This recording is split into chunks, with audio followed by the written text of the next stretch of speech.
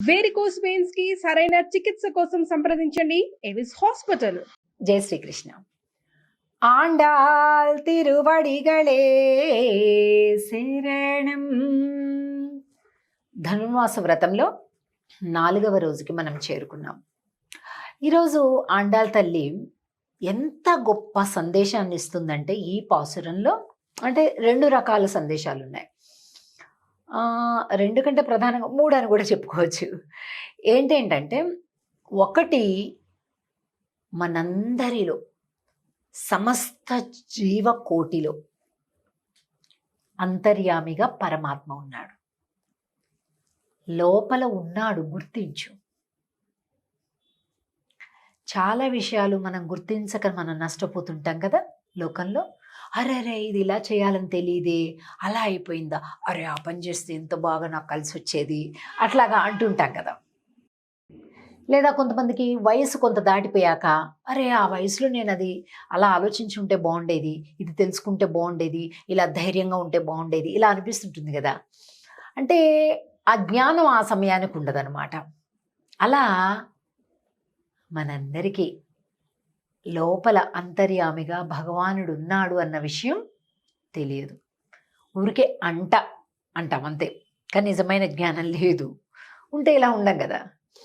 కాబట్టి ఈ విషయాన్ని గుర్తు చేస్తుంది ఆండాల్ తల్లి ఈ పాశ్రంలో. ఎలా ఎవరెవరు ఏ పనులు చేసినా, ఏ ఉన్నతమైన పనులు చేసినా లోపల ఉన్న భగవంతుడు చేపిస్తున్నాడు అని ఆండాల్ తల్లి పర్జన్య దేవుడు వరుణ దేవుణ్ణి ఉద్దేశిస్తూ చెప్తుంది. అబ్బా వరుణ, ఎంత గొప్పవాడివయ్యా నువ్వు.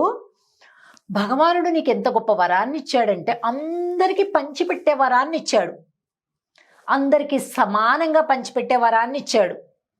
అక్కడ వాళ్ళు ధనికులని వాళ్ళ దగ్గర ఎక్కువ కురవడం, బీదవారని వీరి దగ్గర తక్కువ కురవడం, వృద్ధులని, జ్ఞానులని, పండితులని, లేకపోతే నిరక్షరాస్యులని, ఇలాగ భేదభావం ఉంటుందా వర్షానికి?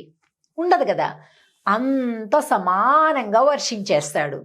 ఎంత అదృష్టమయ్యా, లోపల భగవంతుడు నీకు ఎంత శక్తినిచ్చాడయ్యా అని కీర్తిస్తుంది. ఆజిమజై కన్నా ஒன்று நீ கைக்கரவேல்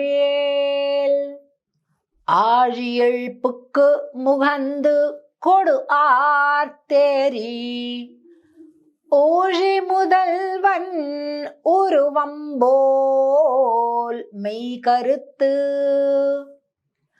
பாழியம் தோளுடைய பற்பனாபன் கையில் ஆழி போல் மின்னி வலம்புரி போல் நின்றதிரிந்து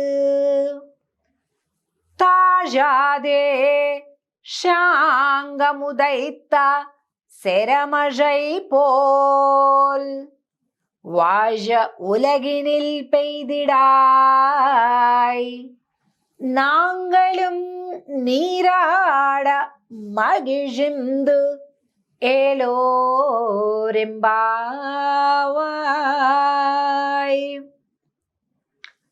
మగిజిందు. ఎలాంటి వర్షాలు కురుస్తావు తెలుసా? ఊరువాడ కొట్టుకుపోయి, కొంపగోడు కొట్టుకుపోయి, పశువు పంట కొట్టుకుపోయి అలాంటి వర్షాలు కాదయ్యా. 10 మంది హాయిగా ఉండాలి, అలాంటి వర్షం కురు. సంతోషం రావాలి. వర్షం వచ్చిందంటే సంతోషం రావాలి, దుఃఖం రాకూడదు కదా. అలా మంచి వర్షాలు కురువమ్మా. భగవంతుడు నీకు మంచి శక్తినిచ్చాడు. నువ్వేం చేయాలి?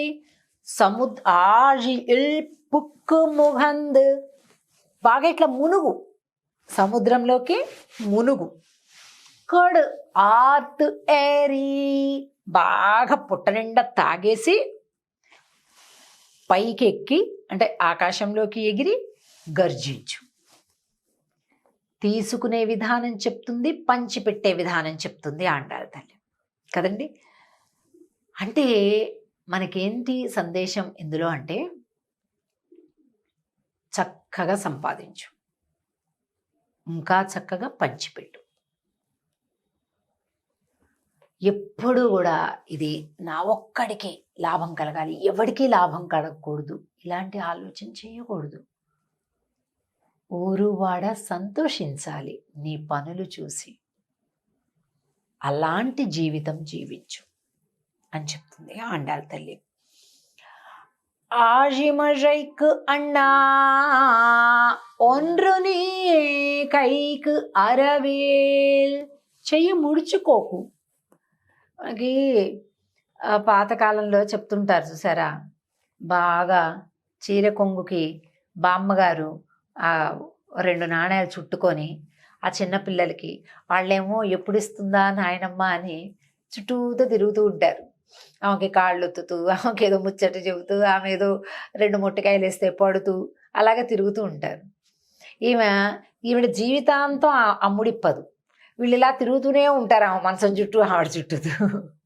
అంటే ఇదేం ఈ మధ్య కాలంలో ఇలాగేం లేదులేండి, ఒకప్పటి సంగతి. అలా అంటే ఇలా ముడుచుకోవడం అన్నమాట. ఎప్పుడైనా గుర్తుపెట్టుకోండి, ఎంత ముడుచుకుంటూ ఉంటుంటే అంత కలిసి రాదు. ఒక కోతి ఉందట.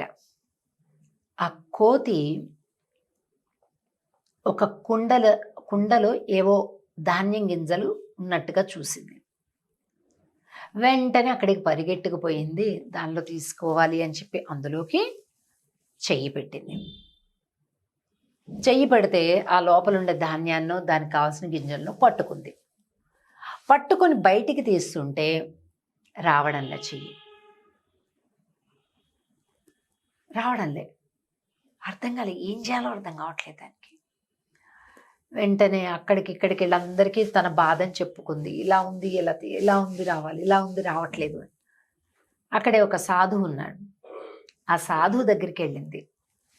నా చెయ్యి ఇందులో ఇరుక్కుపోయింది, రావడం లేదు మహానుభావ, ఏదన్నా చెయ్యు నాకు సహాయం అని అడిగింది. అప్పుడు సాధువు అన్నాడట, మనుషులకైనా నీకైనా ఒకటే నీతి. పట్టుకోవడం ఎక్కువ పట్టుకోకు, వదిలిపెడితే నువ్వు బంధాల నుంచి, ఆవేదనల నుంచి, ఆక్రందల నుంచి బయటకు వస్తావు. చూడండి, చాలామంది ఎంత స్ట్రెస్ అయిపోతుంటారో, బాగా మీదకి లగేజ్ వేసుకుంటారు. అంటే కనిపించని లగేజ్, బంధుత్వాలు, బాంధవ్యాల వల్ల వచ్చేటటువంటి లగేజ్, భారం, అన్వాంటెడ్ లగేజ్ అంటారు దీన్ని. బాధ్యతలు తప్పు కాదండి, బాధ్యత తప్పు కాదు. గుర్తుపెట్టుకోండి, రెండిటికి తేడా ఉంటుంది. బాధ్యతలు ఎప్పుడూ ఉండాలి, బాధ్యత విస్మరిస్తే మహాదోషం.